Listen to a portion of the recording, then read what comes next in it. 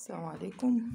دي معزوزة بعد الولادة اهي، كانت تعبانة خالص امبارح، جبنا لها حقن والحمد لله بقت كويسة اهي، بس طبعا مش زي الاول. حط لها مية على عسل عشان تعتبر مقويات ليها. حطيناها امبارح رضعت ولادها، دلوقتي هنطلعهم لها تاني عشان ترضعهم تاني. بسم الله الرحمن الرحيم، بسم الله الرحمن الرحيم. عايزه اتاكد ان مفيش حاجه ميته منهم. بسم الله الرحمن الرحيم، بسم الله الرحمن الرحيم.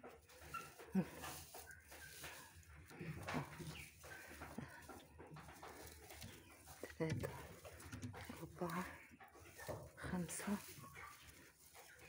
6 7 ناقص 1 ناقص 1 كده.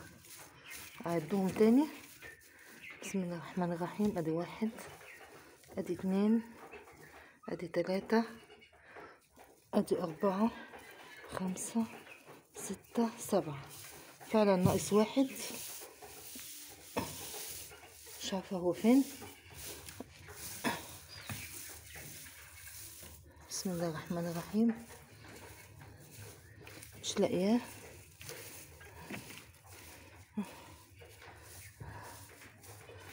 بسم الله الرحمن الرحيم.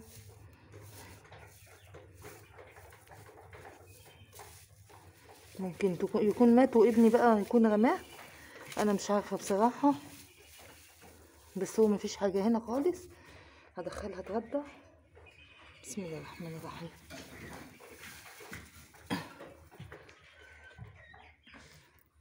هي هتعدل نفسها عليهم عشان ترضعهم.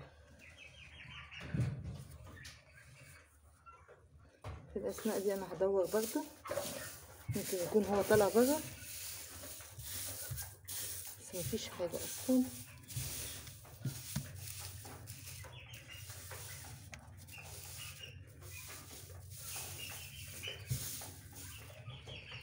هتعدل نفسها عشان ترضع.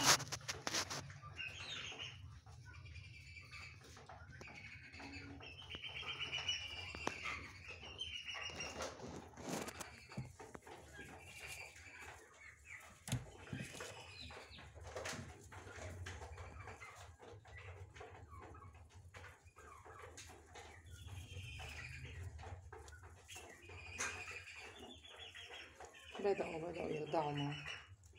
في حركة اهي تحتها، بدأوا يرضعوا.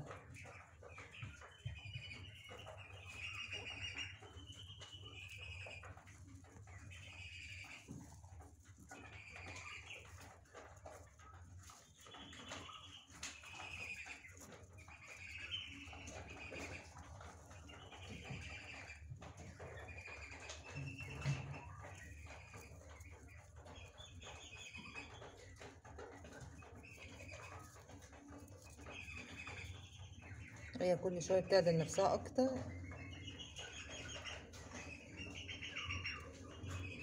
أنا بساعدها، أنا بدخلها بس في الأيام الأولانية دي عشان هي كانت تعبانة، وبعدين هي لسه بكر أصلا، فلازم برضو أنا أحفزها إن هي ترضع. فكل فترة كده بدخلها عشان ترضعهم، خصوصا إن احنا الجو ساقعة. عفوا. وهم محتاجين رضاعة كويسة عشان يبقوا دافيانين وكويسين. انا زعلت خالص عليها امبارح لما لقيتها تعبانه جامد كده، وكنت فقدت الامل فيها اصلا وقلت ده هتموت. الحمد لله. كنت زعلانه قوي على عيالها، كنتش عارفه هعمل فيهم ايه بعد لو هي ماتت. الحمد لله.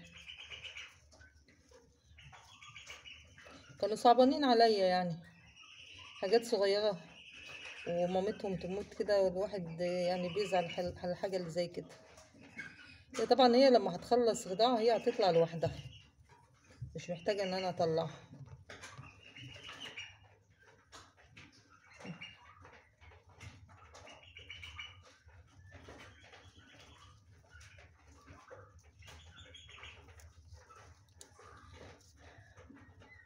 هقفل معاكم الفيديو عشان ما اطولش عليكم.